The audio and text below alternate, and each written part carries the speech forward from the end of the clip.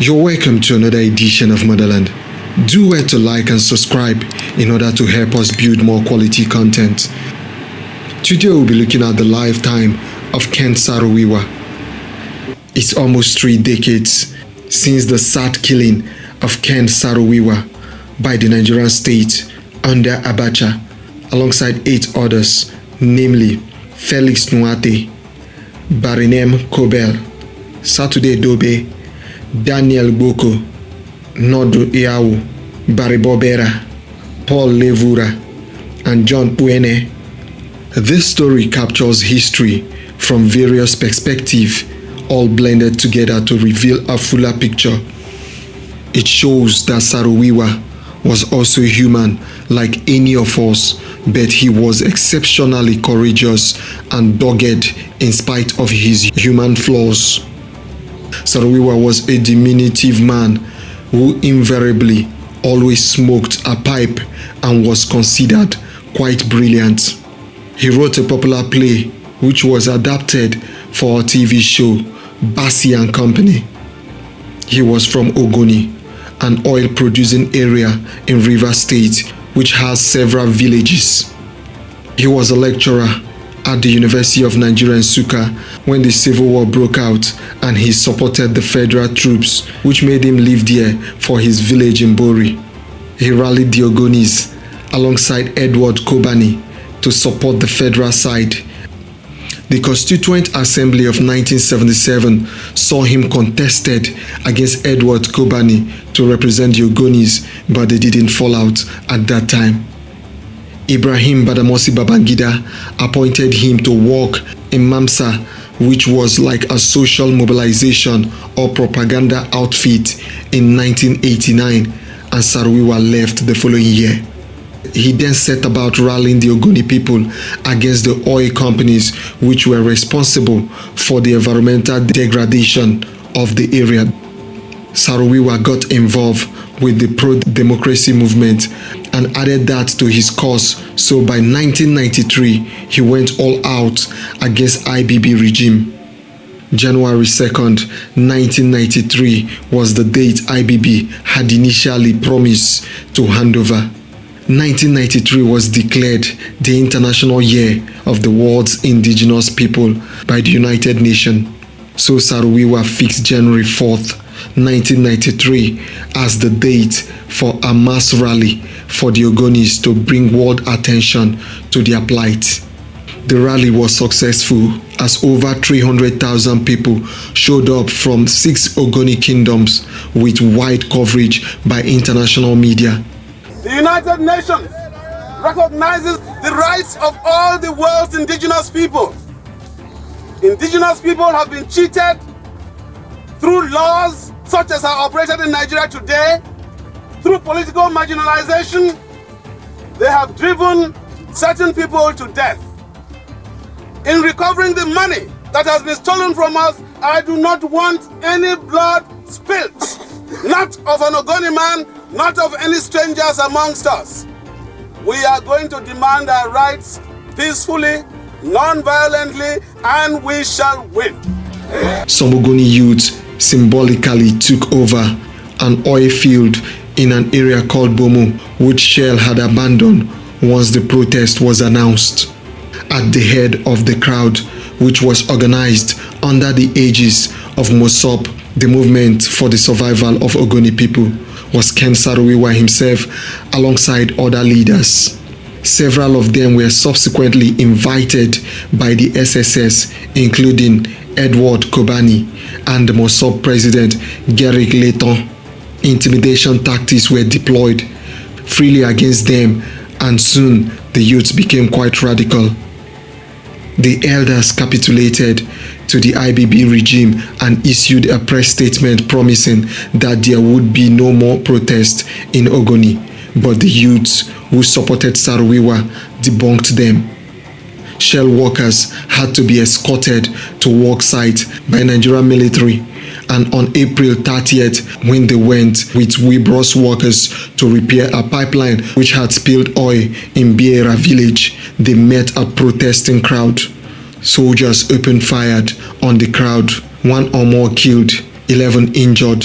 The rivalry between Saro Wiwa and Edward Kobani from 1977 now found them often on opposing sides, with Saro Wiwa leading the youths under the banner of NYCOP, National Youth Council of Ogoni People, and Kobana supported by leaders of Mosop like Leighton and Albert Bade, the vice president. NYCOP was more or less Saro Wiwa's enforcement arm as secretary of Mosop, and it was allied with many other strong groups. The election to be held on June 12 of the same year found Saro Wiwa calling for a boycott, but Kobani insisted that Ogonis participate fully in the election. The boycott, however, was successful, with many Ogonis not participating. Allegations of intimidation by Ken Saro Wiwa's NYCOP followed as Edward Kobani claimed the youths had surrounded his house all day to prevent him from going out to vote. Shortly after the controversy of whether people will vote for June 12 election or not. Before June 12 election, it was police affairs. And I think the elders of Ogoni and agree among themselves whether to vote or not to vote. It was at that point that the leadership Mosop and Ken took over from that point. Ken had been interested in incorporating youth into Mosop, while those leaders that were there before Ken took over objected to this deal. So when it became clear that a good number of them decided not to vote, some meaningful personalities heading the Mosop, which is Chief Kobani, decided to resign his appointment. From then, the crack came into the system, to the movement. The youth were incorporated and called National Youth Council of Ogoni People.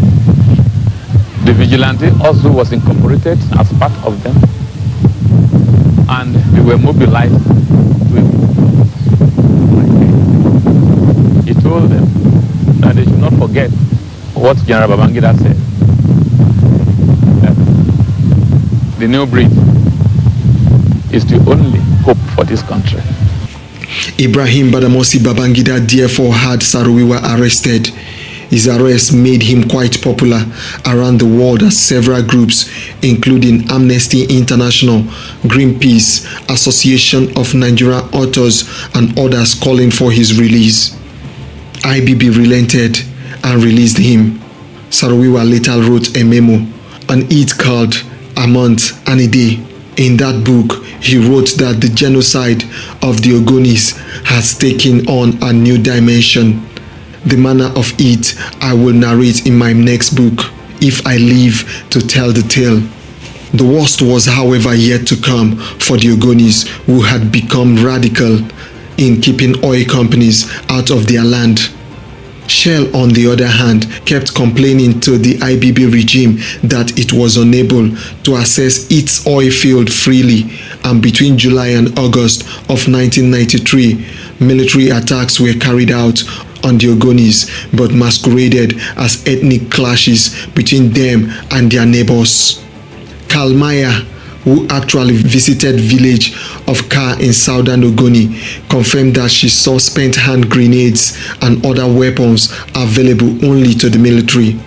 Claude Ake's panel also confirmed the same, and the professor even wept when he saw how devastating the military had been. Abacha's takeover of federal power saw the exit of the civilian government of Rufus Adajorge in Rivers State, and in came Colonel Dauda Musa Komu, who reorganized a joint military team called ROSISTF, Rivers State Internal Security Task Force, headed by a notorious Lieutenant Colonel Paul Okutimo.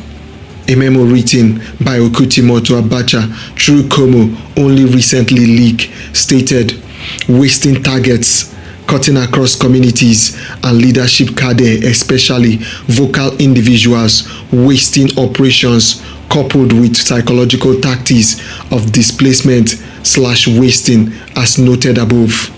The plan to waste vocal Ogoni leaders was hatched following Shell's complaint that in 1993 it had lost about $200 million due to activities of radicals in Ogoni area. The military regime's solution was to kill as many people as stood for the protection of the Ogoni environment. The extermination plan was divisively simple. Propaganda was used to trigger ethnic clashes such as the Andonis, the Okrikas, and the Ndokis. Okutimo ROSISTF would then step in under the guise of peacemaking and kill more Ogonis. Okutimo was so notorious that a foreign journalist who came to interview him was detained by the SSS on his orders. Her name is Geraldine Brooks, and you can read her story if you Google it. Okutimo once forced an Ogoni chief at gunpoint to confer a title on him. The title of Beremene Fifile meant King of Peace, but Okutimo was more known for his ruthlessness. All these Okutimo denied and called propaganda by the media. It was a very bad situation. And the crisis was growing in bounds. After sending the police off their land, they now organized roadblocks here and there.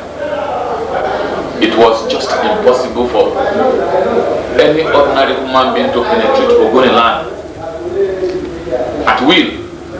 Be extorting money from their own fathers, from their own mothers, whipping, lashing, and killing their own parents, their own brothers, their own sisters.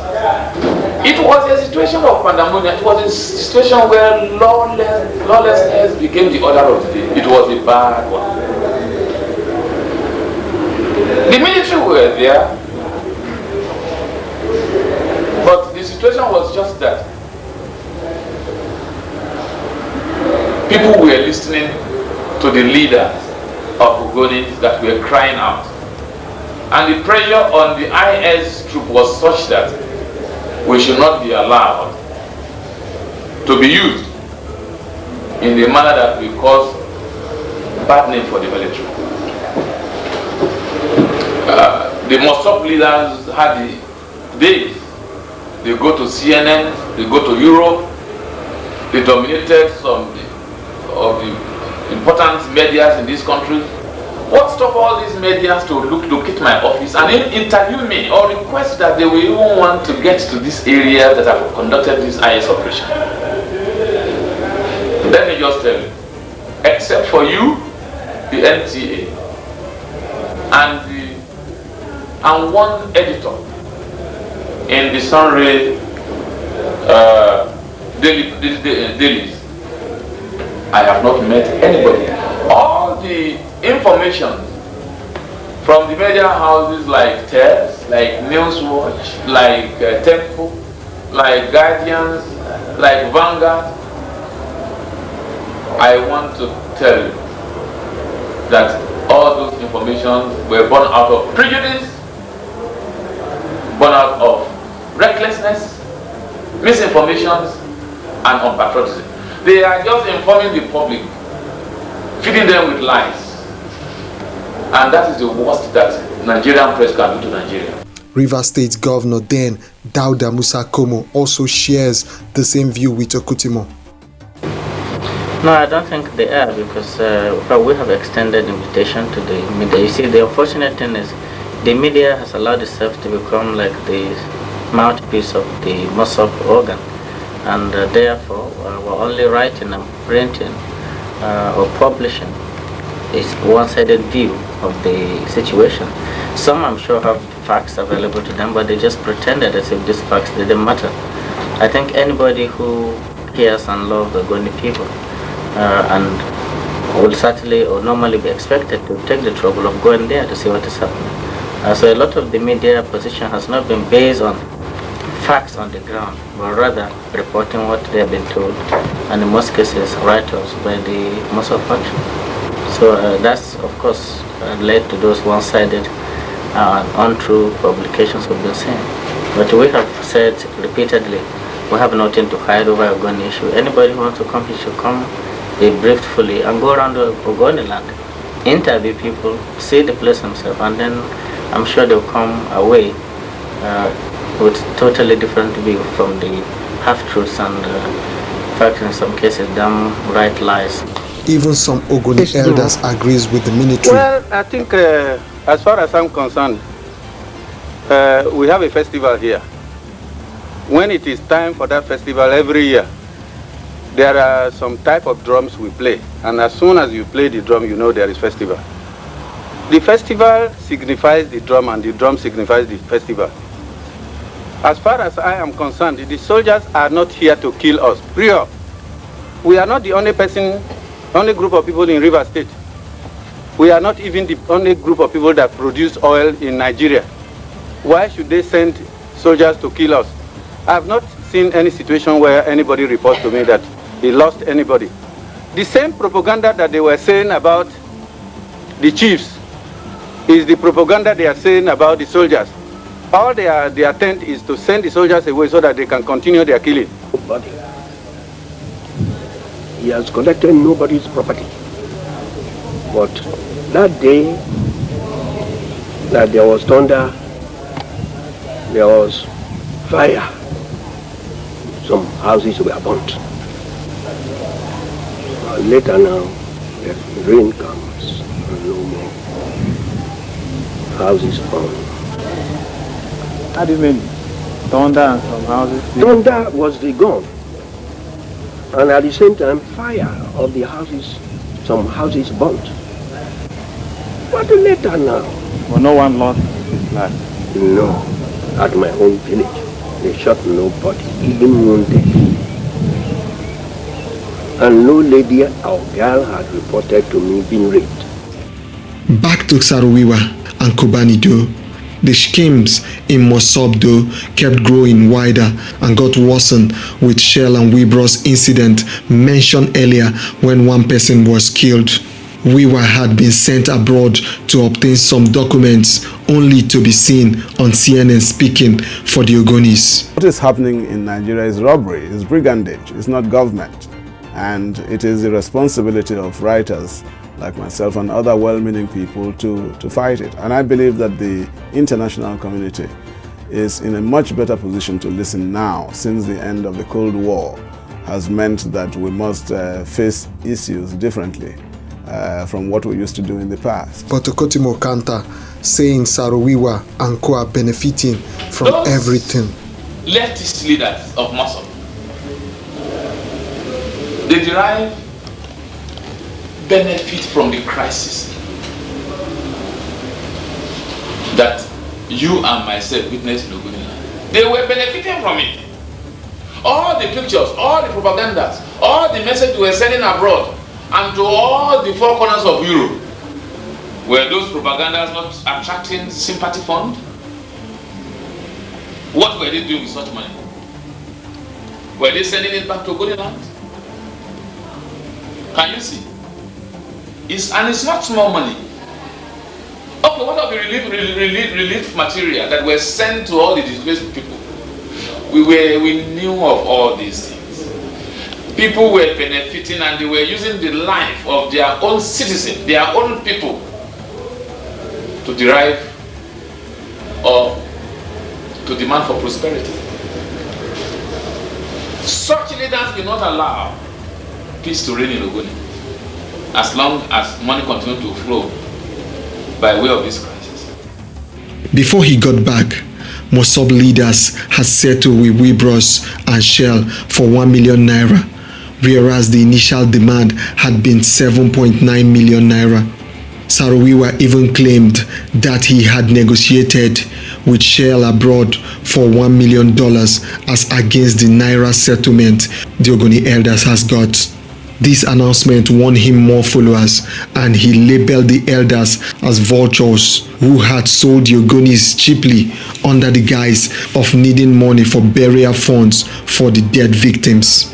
There is no true Ogoni person who can call a Biabi a vulture.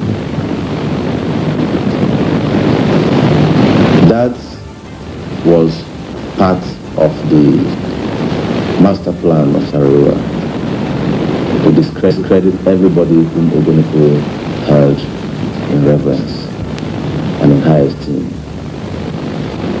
It was part of his master plan. For him to climb, he had to destroy everybody who was above him. That was his plan. Now in Ogoni, no Ogoni person can call me a vulture. I mean, the person has to be out of his mind anyway to call somebody like me a vulture.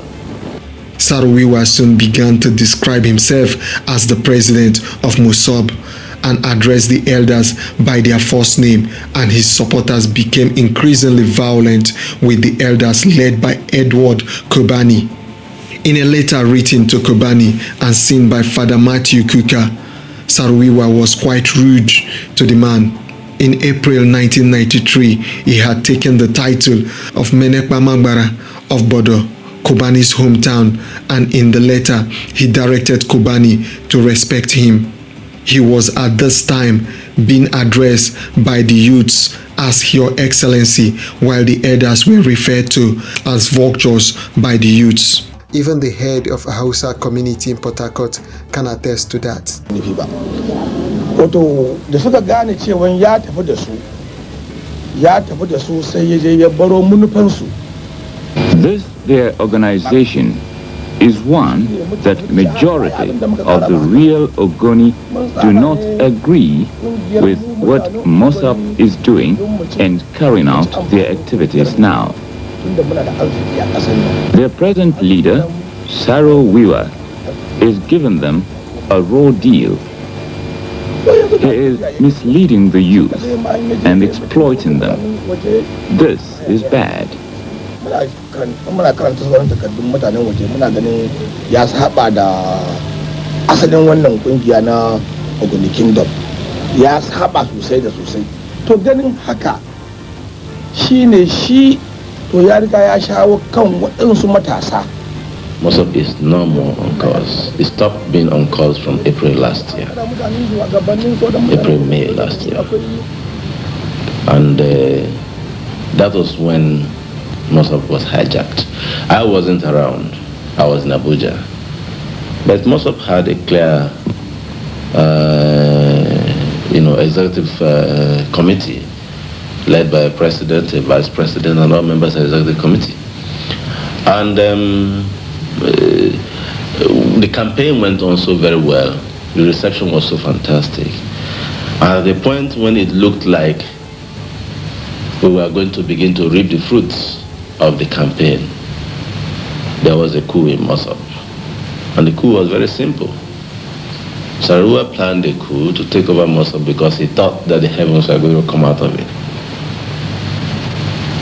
He went into a campaign of calumny and lies against the leadership of Mosop. Went and printed papers, circulated around the villages. The federal government had paid off the leadership of Mosop.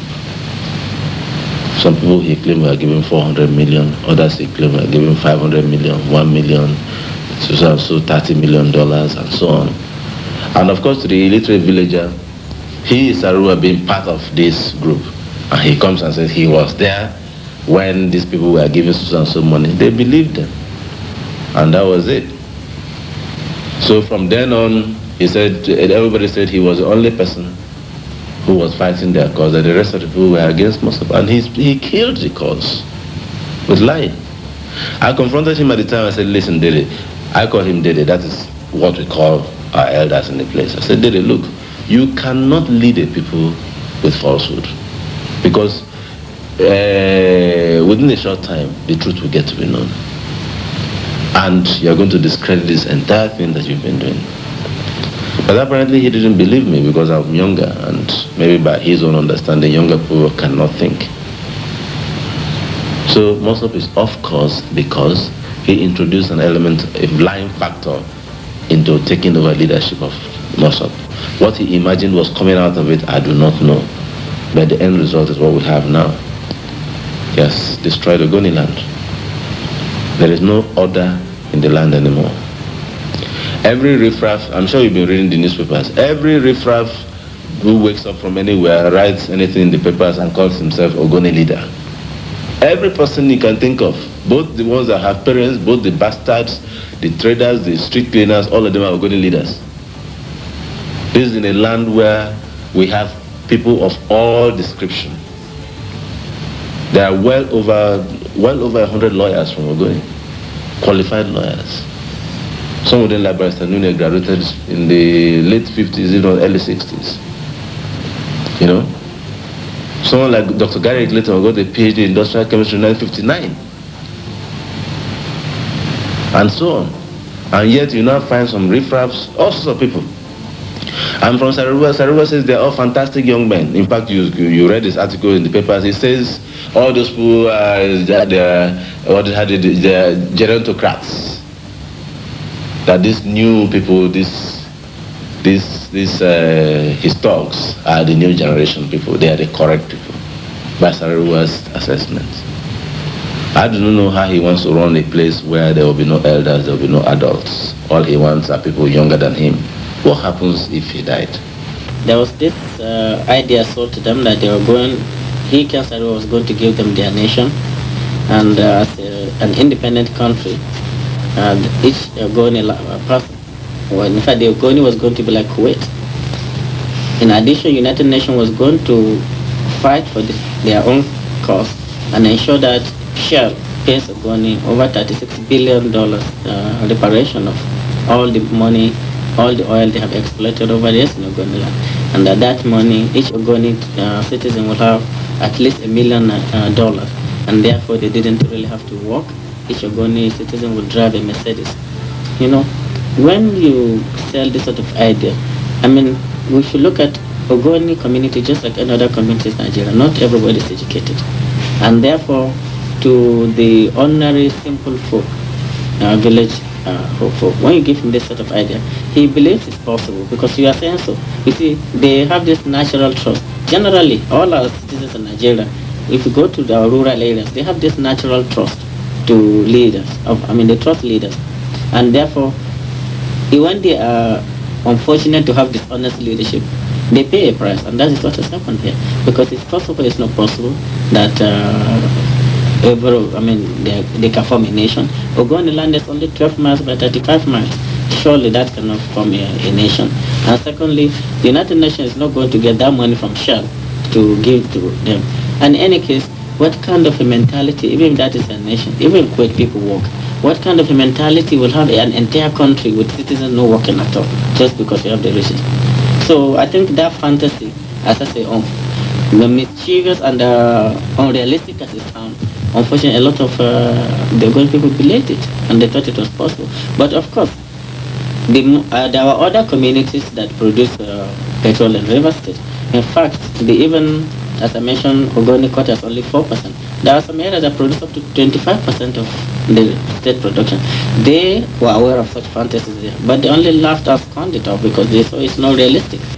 Every meeting held by the elders was called a money-sharing meeting by the youths, and one of such meeting held on May 21st, 1994 in the palace of Chief James Bagia, the Beremene of Gokana at Gyoko in Ogoniland was attacked and 4 men were killed by the NYCOP youths.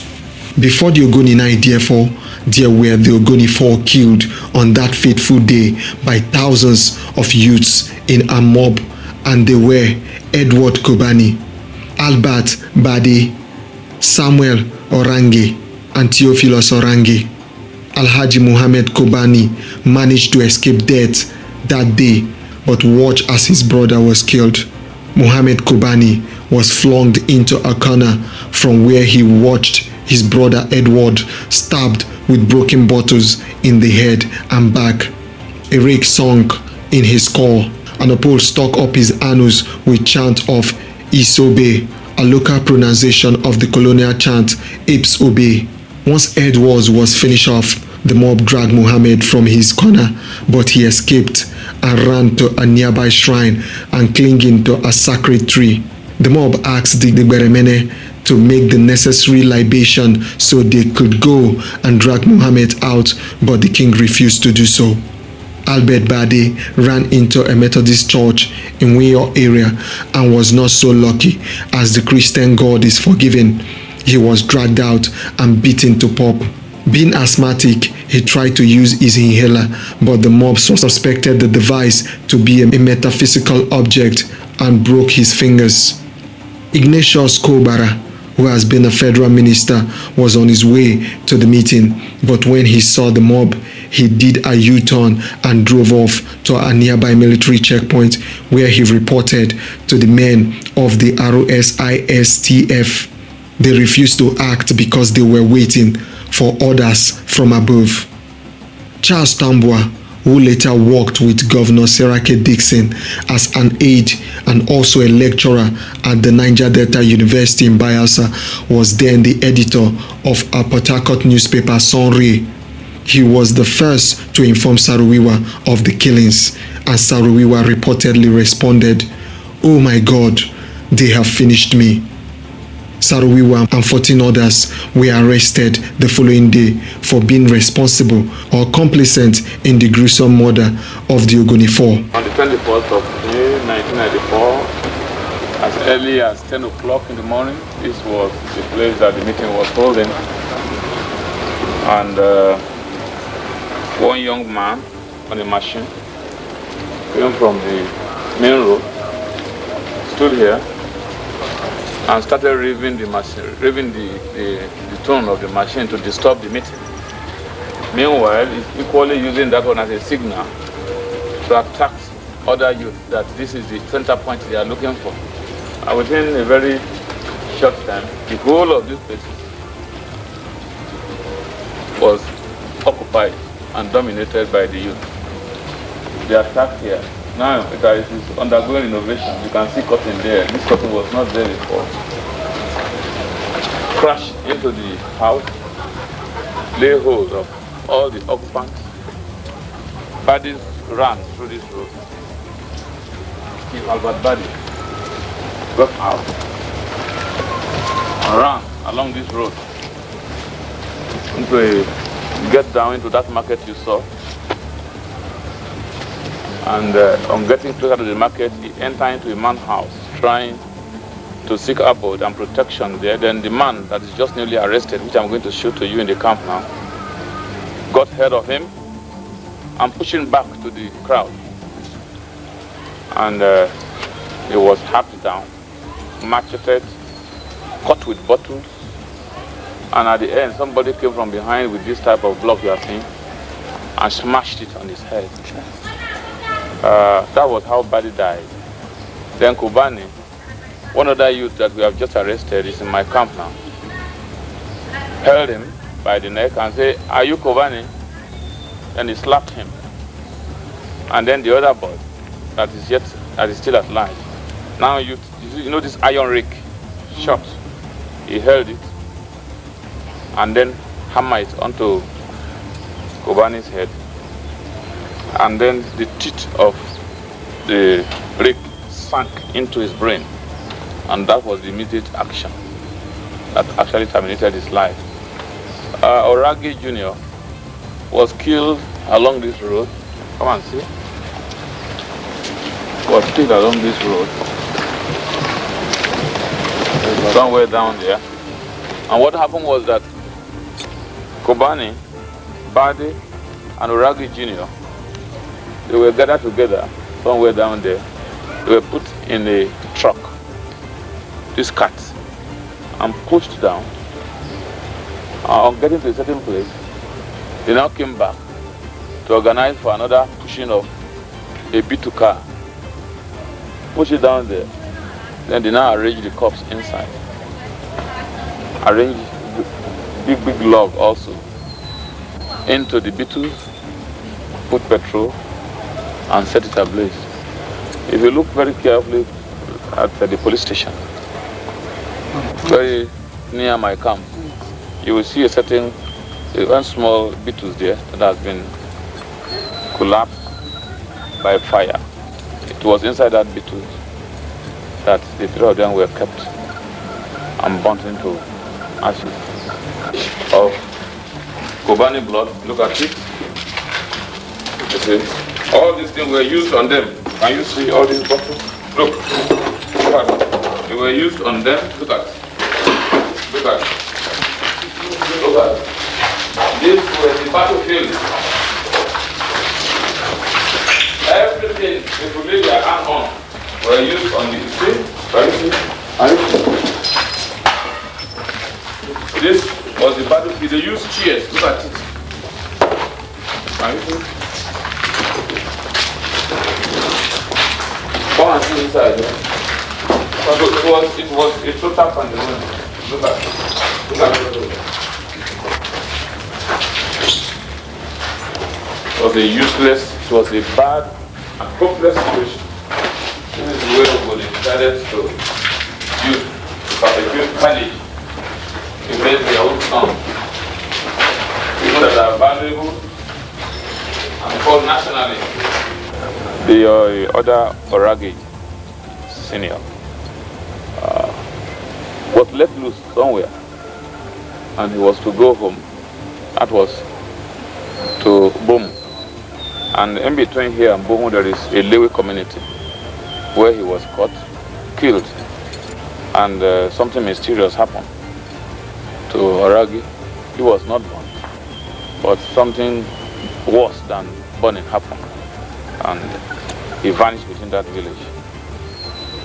It is as bad as that, and the minute that owned this palace is still around. You are aware that about 3 escaped into a shrine. They honor and respect Juju more than the church. If you run into the church in Ogoni land for seeking protection from God, they'll kill you. But if you are able to run into a Juju shrine, to a shrine, you are safe. Alhaji Kobani and one chief ran into that shrine. I'm going to speak to you now. And this is the place where these people escaped and got inside here, and they have protection of this shrine. They will have been killed. But because they so much believe in shrine, that if they kill anybody that has come here in the protection of shrine, they are likely to have the wrath of shrine's death. So they were saved. Emphasis must be removed. The fraud that Saro was trying to commit out of a genuine movement for the survival of the people. And I must warn actually that one of the greatest instruments of lying is the truth. Because one of the easiest ways to convince people into believing falsehood is to tell them the truth for a start. You use the truth to lie. Saro used the truth of the people suffering to lie to the people. Because when he got to the stage of telling them that he was going to give them a kingdom, he was lying, and he knew he was lying. But the only way he could sustain that lie is to discredit a bunch of people and use them as kind of like a smoke screen. Until you eliminate all these people, you cannot get their kingdom. They knew they were lying.